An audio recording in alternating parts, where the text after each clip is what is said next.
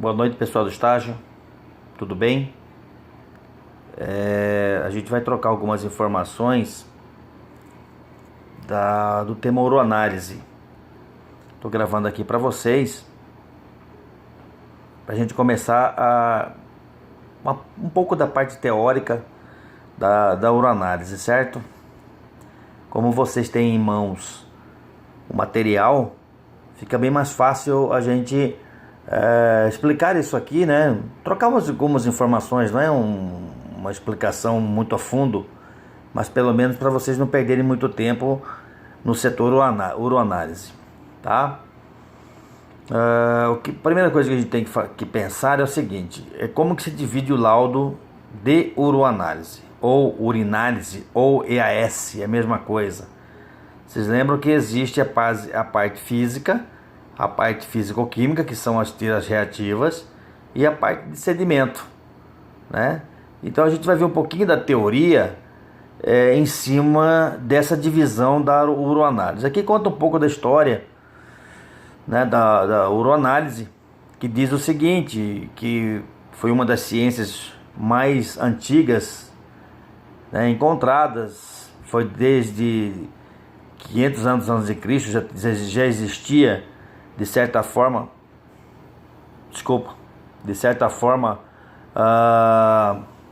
a presença de hieróglifos, né, de desenhos rupestres, e que indicavam que eles faziam de certa forma a observação dessas urinas. Ele consta bem interessante essa questão aqui do aspecto, odor, sabor, né, teste de formiga, são avaliações antigas, né, mas que até hoje é utilizado, certo? Vou passar um pouquinho dessa história. E aqui essa formação da urina, ela retrata bem a questão do que é a urina em si, né? O que se trata? Então é tudo que passa na filtração glomerular. Nós temos o glomérulo aqui, tudo que passa na filtração glomerular, tudo que após a filtração é reabsorvido, aliás, filtração glomerular menos a reabsorção, porque o que o meu organismo quer reabsorver ou tem necessidade, ele faz isso após a filtração, tá? E mais a secreção tubular, certo? Então é uma formulazinha para vocês entenderem realmente a formação da urina, né? A filtração glomerular menos a reabsorção tubular mais a secreção que o túbulo promove, correto? A partir daqui vocês têm o que? Um conhecimento do que é a urina em si e o que pode, de certa forma, esperar na questão da densidade. Por exemplo, nós tratamos nas aulas, não sei se vocês se lembram, da questão da densidade, né? Onde eu disse para vocês que a densidade de 1000 é a densidade da água, né? Então eu não posso passar por uma formulazinha dessa aqui e a densidade ser a mesma, a não ser que houve uma hidratação em excesso.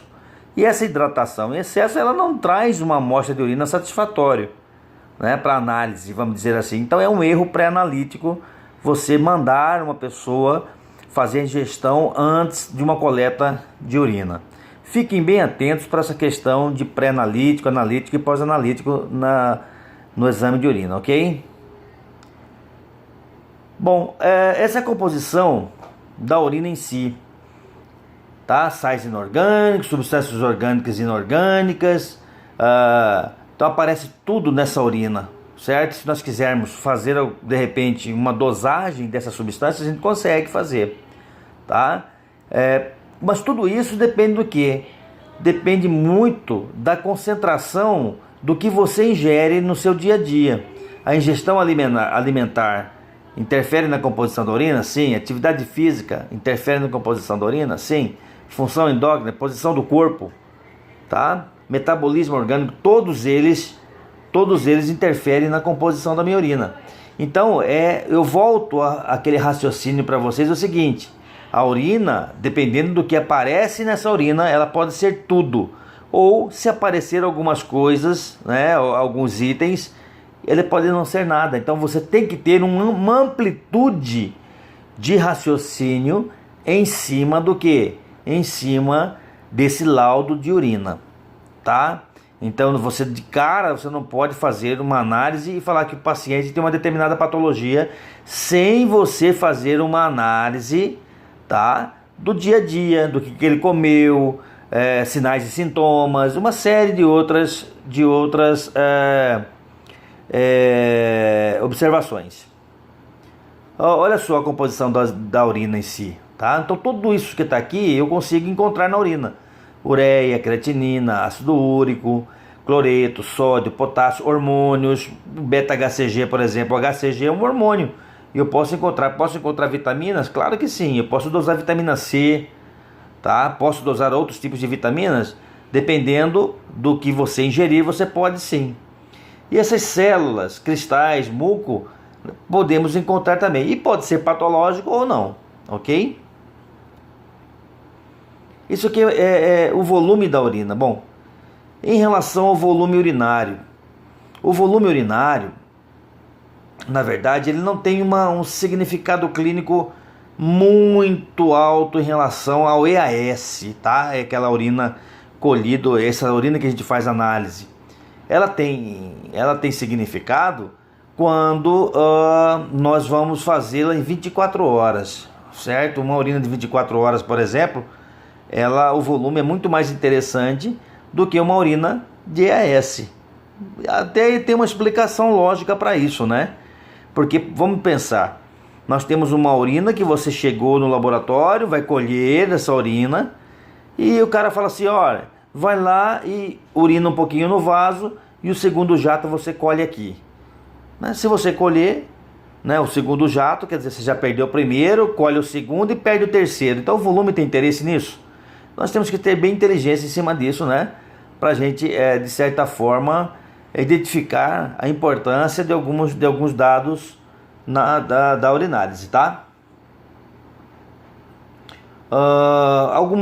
Isso aqui são alguns termos que a gente utiliza, que vocês já estão, né, mais do que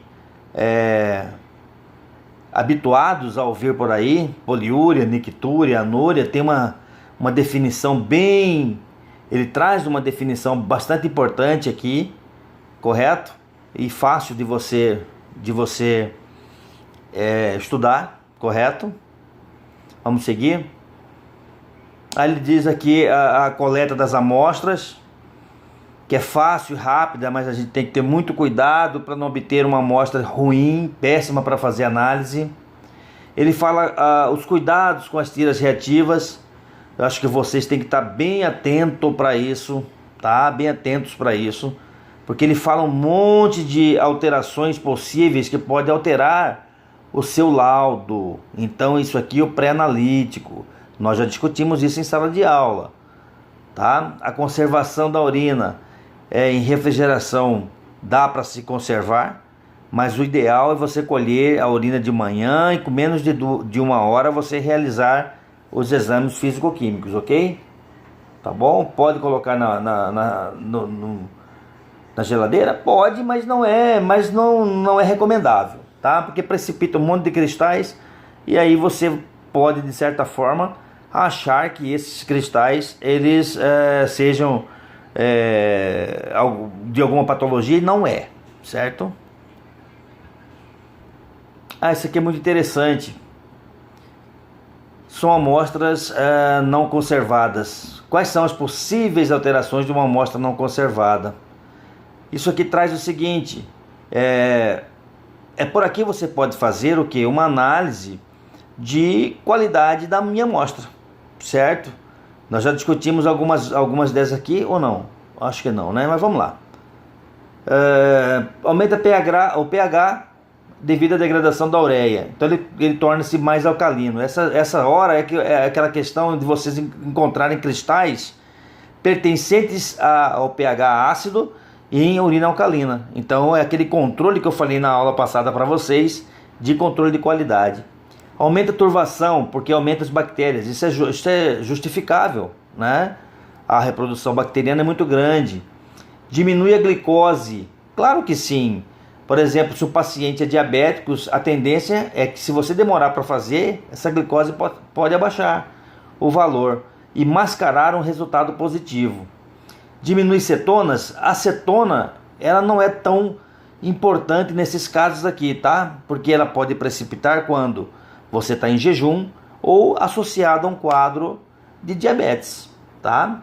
Então, uma urina de um paciente que chega em jejum, ele não é diabético, mas ele pode ter cetona na urina, certo? Bilirrubina diminui, porque se você deixar em cima da bancada, sem proteção nenhum, ele faz o quê? Faz a degradação dessa bilirrubina. A luz ambiente degrada essa bilirrubina, fazendo com que ela dê resultado negativo na tira reativa. A mesma coisa com o urobilinogênio. Então essas amostras, elas de certa forma, é o motivo que vocês fazem para poder o quê? Que vocês têm, não é que vocês fazem, que vocês têm para que ela seja realizada mais rapidamente. Eu vou fazer vários vídeos, porque para não ficar muito grande, né? Eu vou fazer de repente vários vídeos de 10 minutos e a gente vai vendo algumas características dessa urina, ok? Então a gente para por aqui nesse primeiro vídeo de 10 minutos e eu vou gravar uma outra parte e vou mandando para vocês, ok? Até daqui a pouco. Tchau, tchau.